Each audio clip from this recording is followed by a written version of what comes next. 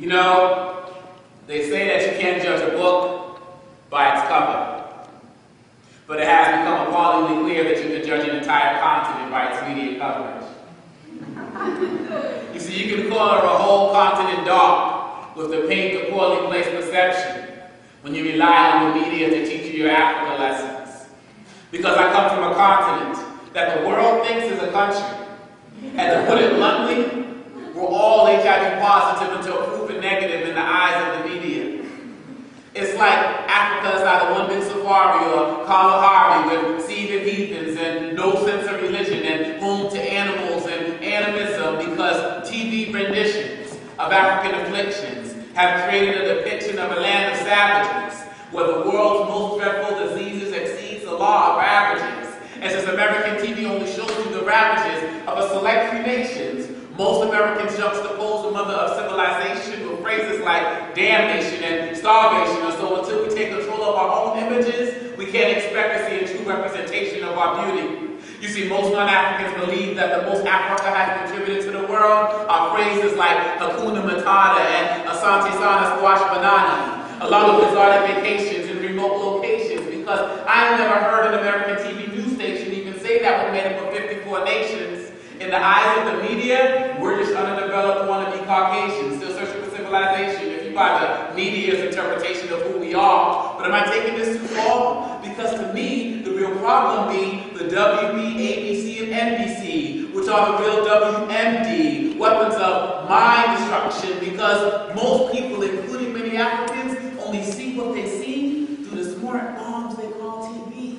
And it's not just a newscast, it starts at like age 3, because I grew up watching images of Bugs Bunny dressed in grass skirts and blackface, speaking in African dialects, and every 10 years, there's a new version of Tarzan on the TV set, and I don't know about y'all, but I recall seeing gorillas pass for Africans in some of these cartoons. And if you remove Marvin Martian's helmet from Looney Tunes, he's probably an illegal African alien or a famine-stricken African child with his belly protruding.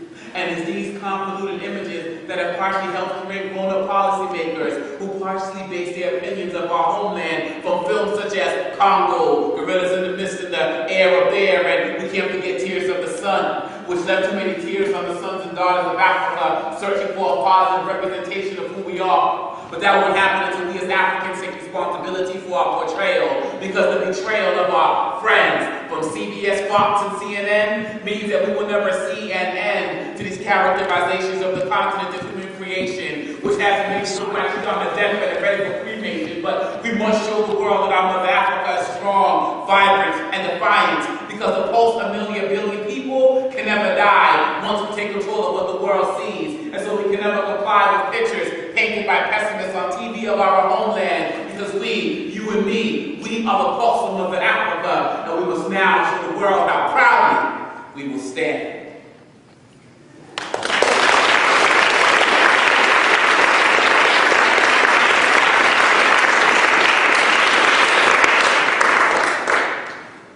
So on the CD reality show, which is outside, that poem is entitled Pulse of the Motherland. But when I do these events, I change the name to my disclaimer poem, because that's what I want that poem to be. Because before we really get into the Congo, it's extremely important for us in this audience to realize that we're talking about one country in a 54-nation continent. In the last 10 years, 6 of the 10 fastest growing economies have been on the African continent. Places like Ghana, places like Angola. These are the types of things you won't see in the news. As someone who's traveled to 10 African countries so far, yes, I've been in the war-torn regions like the Congo, but I've also been in the place with the tall buildings and the big movie theaters and the great universities and the roads and the schools and everything that we see here. I've seen the best and seen the worst. So if you are getting educated about the Congo this weekend and tonight, starting tonight, please remember, as I say often, the United States media can only handle one African conflict per decade. So, hey, study history, this is just fact. In the 80s it was Ethiopia, in the 90s it was Rwanda, 2000 it was Sudan, and now 2011, one week is Egypt, next week is Libya. People are still figuring out what it's going to be this decade. Maybe Congo will be like the Congo decade, and it's kind of weird, but who knows? But given that the media is only going to give you one particular conflict, one particular issue, it's important for you all to go out and get educated as to what's going on yourselves. So please remember, we're talking about one place, a place that's dealing with a lot of issues, a place that kind of represents many of the stereotypes that we're talking about in the poem I just shared. But remember, it's one place. And one of the problems that we have nowadays is that we have a tendency to let schooling get in the way of our education, as Mark Twain said. So as we're sharing this information tonight, I want you all to get aware, get knowledgeable, get a hunger to go out and see things for yourself. And don't let CNN, Fox News, MSNBC, C-SPAN be your educators. Make sense? So we're talking about the Congo. We're talking about a place that is experiencing a second genocide in less than 100 years. We'll get to the first genocide a little bit later. Yes, this is a place that Oprah Winfrey has called the worst place to be a woman. This is a place where since the mid-1990s we've been involved in a conflict that has cost over 5 million lives. Why is that sad? It's sad on two levels. One, obviously, because we've lost 5 million people, but what's really even more scary is that most people don't know about it. So we're going through tonight, remember, keep that whole schooling in the way of your education thing. I want you to ask yourself a question.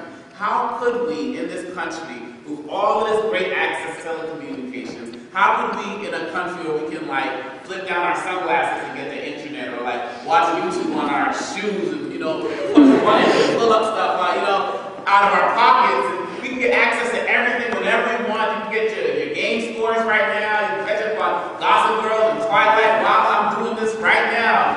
How is it possible that we have all of that information, but 5 million people can die in the last 12, 13 years or whatever, and the world not know? These are the types of questions I want you to be asking as you learn about what's taking place this weekend, and you hear from scholars and Congolese and other people involved in this movement. How is it that we can have all of this access and we don't know that right now in Congo, girls as young as 3 years old to women as old as 75 are being raped and sodomized, and having rifles shoved up their vaginas and fired, and having sticks of wood burned and shoved into their anuses and thrown down over bridges and shot on the way down, and that men are being dragged out of Eastern Congo and being raped in front of their own people because they know that's the best way to take a man's strength. Or that we're living in a country right now in Eastern Congo where parents are being brought out and tied up to trees and being told that each particular day one of their children is going to be brought in front of them and murdered. Or they're murdered and their children are being forced to eat them. How can this be happening when we're living in a country in Eastern Congo where we have over 26 rebel groups operating right now and we know nothing about it? Or what's even crazier is how could this be happening at the same time where we're seeing all of these discounts on iPhones? AGS is $50, Flat screen TV is $150, and no one ever asked, why is this stuff so expensive? Why is this stuff so cheap? Why haven't we connected the dots? See, it's easy to say, oh, people are dying in Africa, there's a war there, that's what Africans do. No, this is what barbarians in war-torn regions do. We're talking about the Congos happening in other parts of the world. We know this, we study history, correct?